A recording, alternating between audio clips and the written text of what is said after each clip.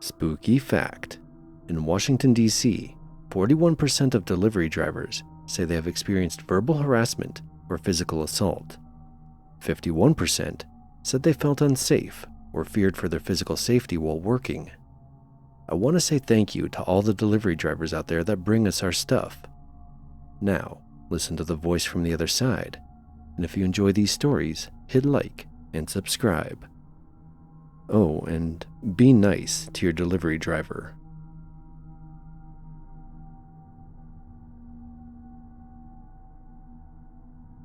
This happened last summer, and even though I wasn't seriously hurt, I still think about it every time I take a late night delivery. I work in a pretty well-known pizza chain in a fairly small city. It's not a dangerous place, but we've got our share of sketchy neighborhoods and weird customers. Still, I'd never had a real problem until that night. It was a Friday, around 9:45 p.m. I was finishing the last hour of my shift when an order came in to a residential street I'd never delivered to before. Not a bad area, just a little out of the way. Big houses spaced out. The kind of place that's dark after sundown because everyone has long driveways and motion lights that don't kick on until you're basically at their doorstep. No contact delivery was still an option, but the customer had written, "Please hand it to me directly." I pulled up to the house around 10:10 p.m. It was quiet, with no lights on in the windows, but the porch light was on. Seemed normal enough. I grabbed the pizza and soda, locked my car out of habit, and started up the walkway. That's when I heard it, footsteps behind me, fast and soft like someone in sneakers trying to close the distance quietly. I turned around instinctively, and before I could process what I was seeing, someone slammed into me from the side. The pizza box and bottle went flying. I hit the grass and rolled, not hard enough to knock me out, but enough to disorientate me. The guy was yelling something like, "Give it up," and trying to grab at my hoodie pocket. Joke's on him, I don't carry cash. He was wearing a black hoodie and one of those cheap cloth masks that were everywhere during the pandemic. But what freaked me out more than anything was how calm he sounded once I hit the ground. He wasn't panicking, he wasn't rushing. He was steady, like this wasn't his first time. I managed to kick him in the knee when he went for my phone, and he stumbled just long enough for me to get back to my feet. I backed toward the porch, yelling, "Help, I'm being attacked," over and over. The porch light flicked off. No one opened the door. I don't know if the customer got scared or just didn't want to get involved, but that light going out was like someone slamming a door in my face. The guy lunged again, this time trying to grab the strap of my bag. I let it go. It only had some receipts, pens, and a phone charger. Nothing worth dying over. I sprinted off the porch and back toward my car. My keys were already in my hand. I didn't even look back until I was inside and had the doors locked. He wasn't chasing me anymore. He was walking off down the street like nothing happened. I pulled away and parked around the corner to catch my breath and call the cops. They came within 10 minutes and took my statement. I was rattled, but only had a bruised hip and some scrapes on my palms. The guy didn't get my phone, my wallet, or any money. Just a beat-up delivery bag. I told them about the customer and how the porch light turned off when I yelled for help. They knocked on the door, but no one answered. Turns out, that house was vacant. The owner had moved out 2 months prior. The place was listed on Zillow, so whoever placed the order used a fake name and a burner phone, and had the timing down to the minute. The cops think it was a setup, that the attacker was either working with whoever ordered the pizza, or it was just one guy trying to ambush drivers by placing fake orders to dark, empty houses. The app traced the phone number to a prepaid cell that had already been deactivated. No surprise there. The next day, my manager filed an incident report, and I was taken off late-night deliveries for a while. I was lucky. The injuries were minor, and I didn't lose anything important. But the whole thing left a bad taste in my mouth. Nowadays, if I get a delivery to a house with no lights on and a weird note in the app, I call the number first. If no one picks up, I don't even get out of the car. I call the store and send it back. I still deliver pizzas, and I still enjoy the job most nights. But I never assume a delivery is just a delivery anymore.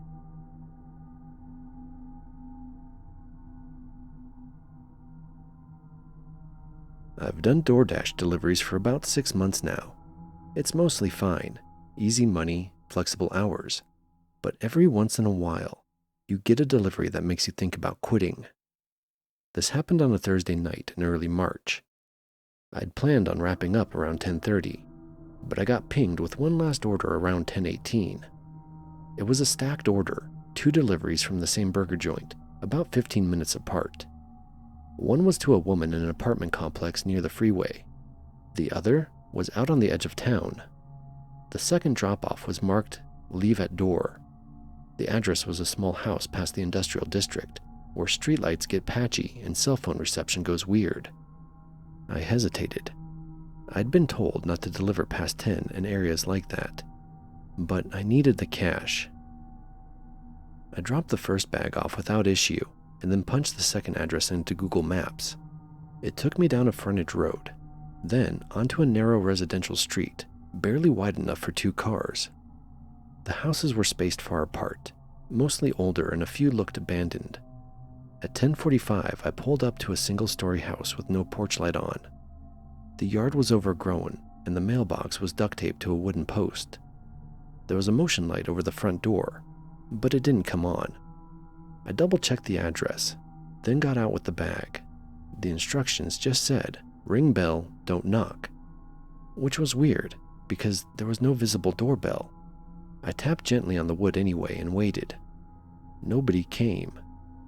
I was about to just leave the bag when I heard something from inside. Heavy footsteps, slow and deliberate. Then a man's voice, low and annoyed, from just beyond the door. "Who the hell is it?" I answered, "DoorDash. I've got your burger and onion rings." He didn't say anything for a second. Then the door creaked open about 6 inches. The guy on the other side looked like he'd just rollen out of bed. Baggy t-shirt, sweatpants, no shoes. But his eyes, something about them made my stomach tighten. Wide, unblinking, like he was trying to decide something. "You're late," he muttered. I checked the app and then said, "Says here it was supposed to be delivered between 10:40 and 10:45. It's 10:46. You were driving around for a while. I watched you on the tracker. You sat on Bigsby Road for 5 minutes. You think I don't notice that shit?" The man answered. I didn't know what to say. I had been on Bigsby for maybe a minute, waiting for a light. "There was a train," I lied. He stepped out of the doorway. "Let me see the bag." I handed it over and he opened it right in front of me, rummaging through the wrappers like he was looking for something.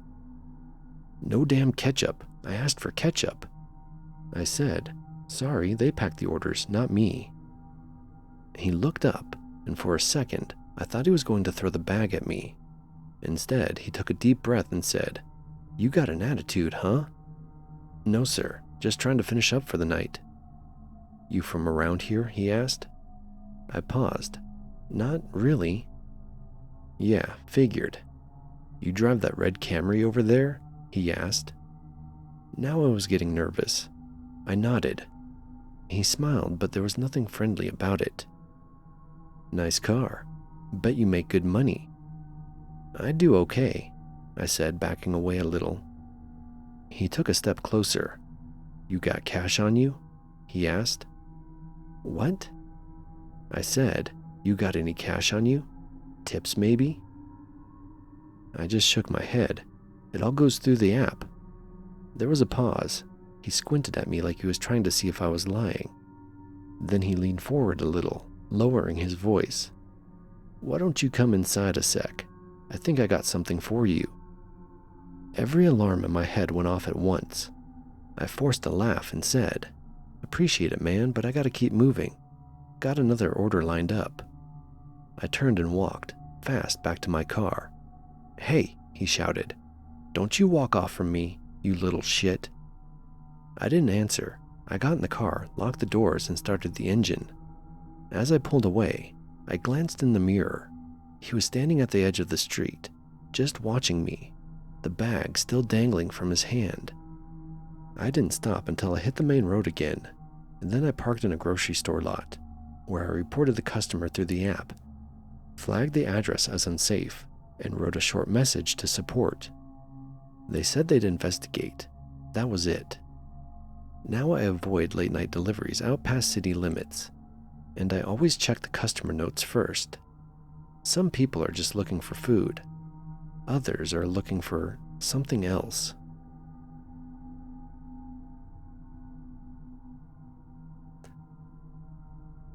I've always been a good tipper, or at least I thought I was.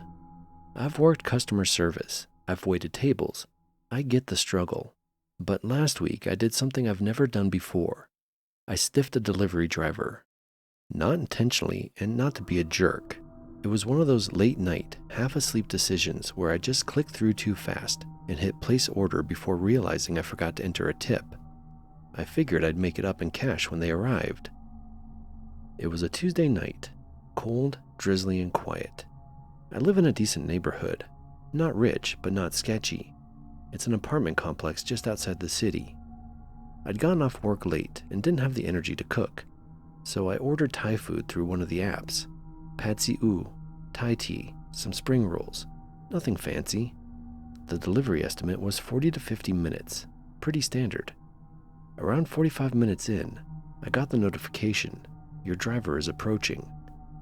I stood by the door, cash in hand, $8 folded up for the tip. But he never knocked. Instead, I got another notification, order delivered. I opened the door and found no food, so I stepped out into the hallway and looked around. There was nothing on the floor, no bag, no driver. I walked halfway down the hall and checked the stairwell, still nothing. Then I heard a loud thud, so I turned around. A takeout bag came flying up the steps, landing hard on the second floor landing right in front of me. I froze and then I saw him, the delivery driver. He was standing at the bottom of the stairs, soaked from the rain, black hoodie pulled over his head, holding a plastic drink cup in one hand. "You didn't tip," he said flatly. His voice echoed. I blinked. I was going to. I have cash. He laughed, and not like he thought it was funny. More like he couldn't believe what I'd said.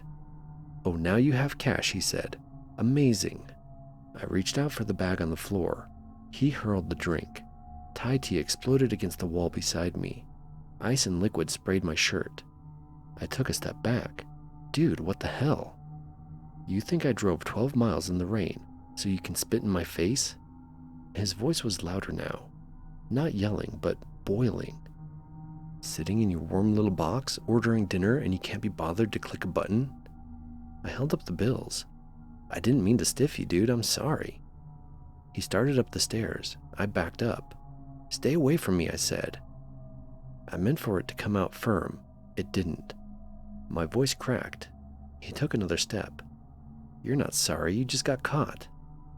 I turned and ran into my apartment, locked the door, and just stood there, listening. For a while, nothing happened. Then a soft thump. Then another. I opened the peephole. He was standing outside my door, holding one of the spring rolls from the order. He looked at it, then smashed it slowly against the door like it was a cigarette. "Not even crispy," he muttered. "Figures." Then he started slamming the food against my door, one container at a time. Slap, slap, thud. Spring roll, noodles, rice, curry. I could hear the plastic cracking, sauce smearing down the paint. I backed away from the door and grabbed my phone, dialed 911. I gave them my name, my address, and told them there was a delivery driver outside, throwing food at my apartment and acting aggressively. Dispatcher told me to stay inside and that officers were on the way. About 2 minutes later, I looked out the peephole again. He was gone. Food was smeared across the door, dripping down the peephole glass. I waited another 10 minutes before the cops finally showed up. 2 officers. I let them in, heart still racing. I tried to explain what happened, but I felt stupid saying it out loud. "He threw food at your door?" one of them asked. "Yes, and the drink. He followed me up the stairs. He was furious about the tip. He wouldn't leave." They walked the hallway, found the scattered containers, and took some photos. Did he threaten you directly? I mean, no, but he came up the stairs. He kept saying I disrespected him, that I was spitting in his face. They took my statement and said they tried to track him down through the delivery service. I didn't even catch his name. The app just said, driver, James, 4.9 stars. One officer said, look, not excusing anything, but these drivers are being squeezed. They use their own cars, burn their own gas. Some of them are barely scraping by. It doesn't excuse what he did, but I've seen people snap over less. Great, cool. I submitted a report through the app. They refunded the order and gave me a $10 promo credit, like that would make up for what happened. I tried to ask if the driver would be deactivated, but all I got was a bot reply. That night, I barely slept. Every time I heard a car pull up or footsteps in the hallway, I jumped. I started locking the bolt on my bedroom door. I even pushed a chair against it like I used to do in college dorms. 3 days went by with nothing. Then, Saturday night, I was taking out the trash and noticed something on my windshield. It was a takeout menu from the same Thai place, tucked under my wiper like a flyer, except it wasn't folded. Written in black Sharpie across the front, it said, "Still hungry?" I went back upstairs shaking. I filed another report, told the building manager, called the non-emergency police line even. No proof it was him, but who else would it be? They said unless he showed up again or made a direct threat, there wasn't much they could do. That was 2 weeks ago. Since then, I haven't ordered delivery. I walk into every restaurant myself now, even if it means driving in the rain. I check behind me every time I enter my building. I changed my DoorDash profile name and picture and added a note, "Leave at door, do not knock." And yeah, I double-check the tip every single time. I know not every driver is like that. Most are probably decent, working hard, trying to get by. But all it takes is one person having a bad day, or a bad month, or a breakdown they didn't see coming. I keep thinking, what if I'd argued with him? What if I hadn't gone inside so fast? What if I hadn't looked scared? I don't know what he was going to do, but he wasn't just mad about a missing tip. He was looking for someone to take it out on, and I made the mistake of opening the door.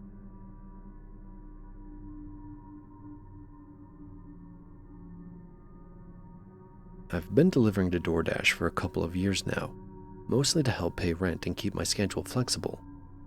I usually stick to daylight shifts or early evenings, especially since I'm a woman and I deliver solo. But this happened a few months ago, late fall, right before the time change. It was a Friday night, and I'd just gotten off my other part-time job and figured I'd squeeze in a few dinner deliveries before heading home. I normally cut it by 8 or 9, but that night I got greedy. That's how I ended up taking a delivery to a woman named Tina around 9:45 p.m. in a neighborhood I didn't know very well. It's an older part of town where the streetlights are sparse and the houses sit a little too far back off the road. The order was nothing special, a Chipotle burrito bowl and chips. What stuck out to me, though, was the delivery note. It said, "Please don't ring the doorbell. Text me instead when you arrive. Gate might be locked, but it's okay to come around the side. I'll meet you there," with a smiley face. Honestly, I've seen worse. Some people are weird about noise or have kids sleeping, and gates or side entrances aren't unusual. But it did give me a weird little blip in my gut. Maybe it was just the smiley face at the end. But something felt off about it. Friendly in a way that felt fake. Still, I was tired and hungry and just wanted to finish. I accepted the order and drove over. The house was tucked between two others on a street that dead-ended at a chain-link fence in a field. Streetlight was busted right above it, so I had to use my phone flashlight to read the house numbers. Her place was the single-story unit with flaking paint and a half-collapsed front step.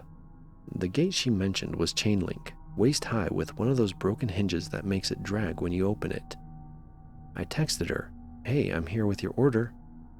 Instant reply, "Cool, just come around the side, I'm right here." So I did. The side of the house was even darker, just narrow dirt and cracked pavement between her house and the next one. The motion light above her back door was busted as well. But I saw her, or at least someone, standing there in a hoodie. She waved and said, "Hi, sorry it's so dark. Light's been out for weeks." She sounded normal enough. Youngish, maybe late 20s. I stepped closer and held the bag out. "No problem," I said. But she didn't take it right away. Instead, she asked, "Do you mind waiting a sec? I think they forgot the salsa. Can you chuck the bag?" That's not unheard of either, but her tone was weirdly rehearsed, like she was trying to keep me standing there. "I think everything's there," I said. "It's sealed up." "Can you double check?" she asked. I hesitated. "It's all yours once I hand it off. If it's missing something, you can report it and they'll refund you." She laughed a little too loud. "Oh, no biggie. I'm just saying, I really like the green salsa. Can you just take a peek?" Something about her was setting me off now. Her hands were in her hoodie pockets. She kept glancing past me, like looking behind me, checking to see if someone had arrived. I took a step back, and that's when I heard the footsteps. From the far end of the alley behind the house, a second figure appeared. It was a male with his hoodie pulled low and hands in his pocket. He was walking towards us, not fast, but purposefully. I backed up more. The girl noticed. "Oh, that's just my roommate. He was out grabbing his charger." But her voice was higher now, nervous. She wasn't selling it. He didn't say a word, just kept walking toward me. I turned to head back toward my car, which was parked right up front. Then I heard him pick up the pace. Not quite running, but definitely speeding up. "Hey, wait," the girl called out, like she suddenly regretted something. That's when I heard another voice, a different one, coming from the sidewalk. "Everything good here?" It was a man's voice, firm but not yelling, and not panicked but alert. I looked over and saw an older guy, maybe 50s, walking his dog on the other side of the street. He'd stopped dead, leash in hand, squinting toward us. The guy in the hoodie stopped walking. He froze mid-step. The girl didn't say anything. Her whole posture shifted, shoulders tight, hands still in her pockets. I didn't wait to see how it played out. I turned and bolted toward my car, jumped in, locked the doors, and peeled out like I was in a movie. I didn't even end the order in the app. I just drove 2 blocks down and pulled into a gas station to catch my breath. My hands were shaking so bad I could barely hold my phone. Eventually, I messaged DoorDash support and explained that I didn't feel safe completing the delivery. I never got a response beyond the canned, "Thanks, we'll review your report." They don't really have protocols for stuff like this. The next day, I drove back past the neighborhood out of curiosity, in broad daylight, just to check it out. The house looked abandoned. Weeds were everywhere and mail piled up on the front step. No car in the drive, no signs of life. I don't know if the girl actually lived there. I don't know if the guy in the hoodie was going to mug me, or something worse. But I know they were working together. I know it was a setup. If that guy walking his dog hadn't showed up when he did, I don't think I'd be telling this story. I've since changed how I deliver. I don't go out past dark anymore. If someone asks me to come around the side of the house, I don't. I call or leave the food and go. Call it rude, call it unprofessional. I don't care. I trusted my gut that night, but barely. And next time, I might not be so lucky.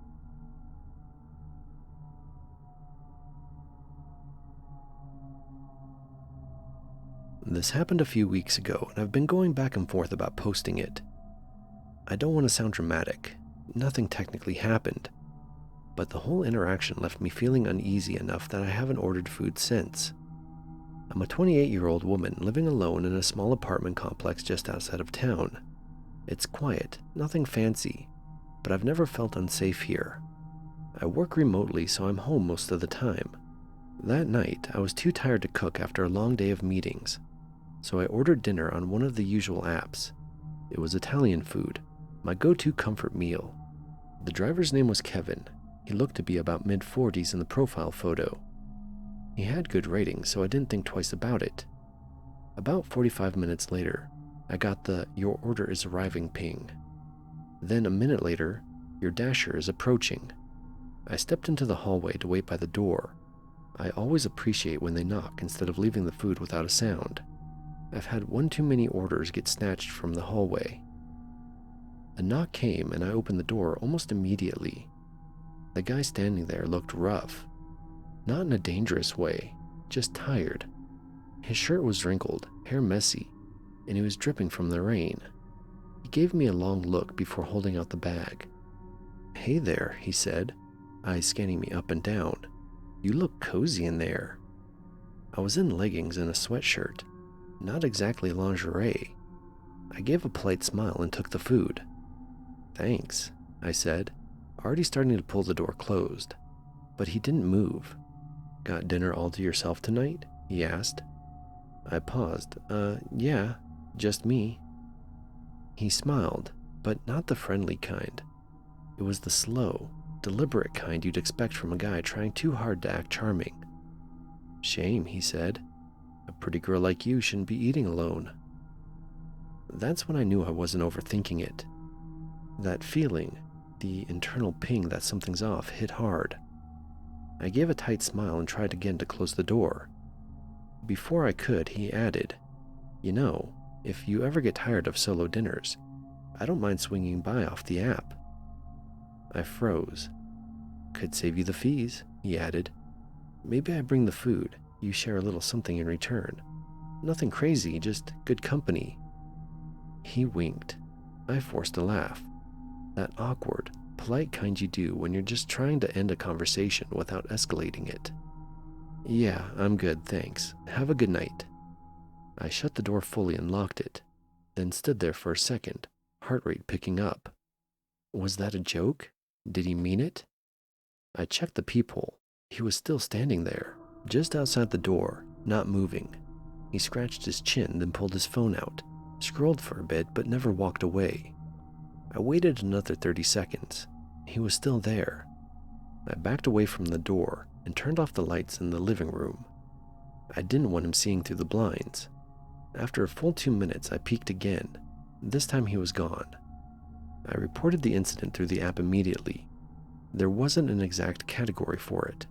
I had to select, "Driver made me uncomfortable," and write out what happened in the notes.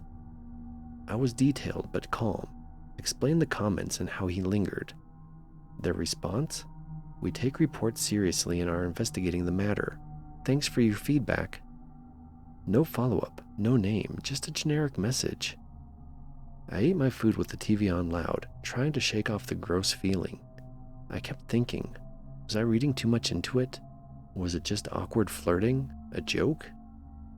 Then the next evening, not even 24 hours later, I found something that made my stomach flip. Tucked into the crack between my door and the frame was a napkin. It was folded, but I opened it up. Inside, in shaky handwriting, it said, "Didn't mean to scare you. You really are cute though. Think about it." No name, no contact info, just that. My chest tightened. I hadn't ordered anything that night. No one should have been at my door. I called the non-emergency police line. They took it seriously enough to send someone out. The officer told me that while it wasn't illegal for someone to leave a note, the implication was enough to warrant concern. He recommended filing a formal report, especially since I had submitted something to the app already. And I did just that. The next few days were filled with looking over my shoulder. I parked closer to the building. I kept my blinds shut tight. I told my neighbor across the hall, a guy in his 60s who's retired and always home, to keep an eye out. Nothing else happened. The app eventually emailed me again weeks later to say the driver had been removed from the platform. That's it. No real closure, no apology. Just the lingering memory of that long stare, that weird smile, the napkin note. I haven't ordered delivery since.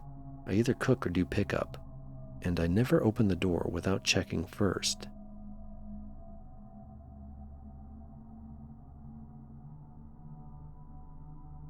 Back in 1987, I was a delivery driver for Domino's, working the night shift in a cold, beat-up Chevette with one working speaker and a heater that barely worked below freezing. Most nights were uneventful. Some guy too high to count his change. Teens daring each other to answer the door naked. You know, the usual. But there was one night, Hamilton Road, that stuck with me. It was sleeting hard, roads were turning slick fast. I'd already done a few runs and was hoping to call it a night, but Doug, my manager, slapped down one more ticket. It said, large pepperoni, extra cheese, Hamilton Road, take Hastings and don't mess around. I frowned. Hamilton was on the edge of town. Sparse houses, long gravel drives, no streetlights. The kind of place you only end up if you mean to. Name on the slip said Stein. No phone number. 9:14 p.m. was the timestamp. I was already behind. I threw the pizza in the hot bag, started up the Chevette, and got moving. Windshield kept fogging up, and the wipers were struggling against the sleet. I pulled up to the house around 9:39, barely within the 30-minute or less window.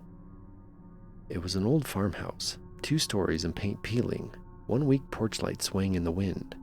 The driveway was lined with trees that looked like they'd been dead for years. No other lights on in the house. I grabbed the bag and headed up to the porch. I knocked. No one answered, so I knocked again, louder this time. I waited for maybe a minute or two, and eventually I heard heavy footsteps. Then the door opened just enough for a single eye to peer through. "You're late." It wasn't a question. No hello, no thanks. Just a statement, flat and hard. "Still under the 30, I said. Large pepperoni, extra cheese. 6:35. The man opened the door wider, just enough for me to get a look. He was tall, maybe 6'3", mid-50s and big-shouldered, wearing a stained white undershirt tucked into his jeans that looked a size too small. His jaw had stubble like he hadn't shaved in a week. His eyes didn't blink much. He didn't even look at the pizza. He just stared at me. "You got the receipt?" he asked. "Yeah." I pulled it out of my pocket and held it toward him. He didn't take it. He just said, "Read it." I hesitated, a little confused. "Go on," he said. "Tell me what it says." I glanced at it. 1 large pizza, pepperoni, extra cheese. Total is $6.35, paid in cash. He looked me up and down, then stepped back from the door. "Come inside," he said. I shook my head. "Sorry, store policy says we don't step inside. It's a liability thing." He smiled, but not in a friendly way. "Store policy, huh? That's cute." He stood there a second longer, then held out a crumpled 5 and 2 ones. I handed him the pizza, but he didn't take it right away. He just looked at the bag like it might be a fake. "You keep anything in your car?" he asked suddenly. "Like a bat or a blade or something?" "What?" "People out here. You never know. Last kid that came down this road got jumped by some tweaker, far as I heard." I didn't even know how to respond. I just tried to hand him the pizza again. "You got one of those tire irons under your seat?" he asked, almost smiling. "That's what I'd do. Gotta be ready. Never know who's gonna knock you upside the head, leave you in a ditch." He finally took the pizza, but slowly, like he was waiting for me to flinch. "You should be careful coming out this far. No cops, no neighbors, not for miles." "I'll try to keep that in mind," I said, forcing a smile. He stared at me for another beat. Then, with the box still in hand, he leaned in a little and said quietly, "Next time you show up late, I don't care what your little policy is. You come inside." I didn't say anything, just backed off the porch and walked to my car. The sound of gravel under my boots was the only thing I could hear. I didn't run. That's how people end up in trouble, by looking scared. I got in the Chevette, locked the doors, and pulled out of that driveway as calm and steady as I could. But once I hit the main road again, I realized I was sweating through my shirt. Back at the store, Doug gave me a look. "Took you long enough. Everything good?" "Yeah," I lied. "Just a weird guy." I didn't tell him what the man said, or the way he looked at me, or how he seemed to enjoy making me uncomfortable. But I didn't deliver to Hamilton Road ever again. I kept thinking about what he said, about the tire iron, about being ready, and the way he stared just a little too long, like he was waiting to decide something. That wasn't just some grumpy customer. That was a man testing boundaries, seeing how far he could go before someone pushed back. And maybe next time, with someone else, he'd even go further. He didn't do anything that night, but he wanted me to know he could. And that was enough.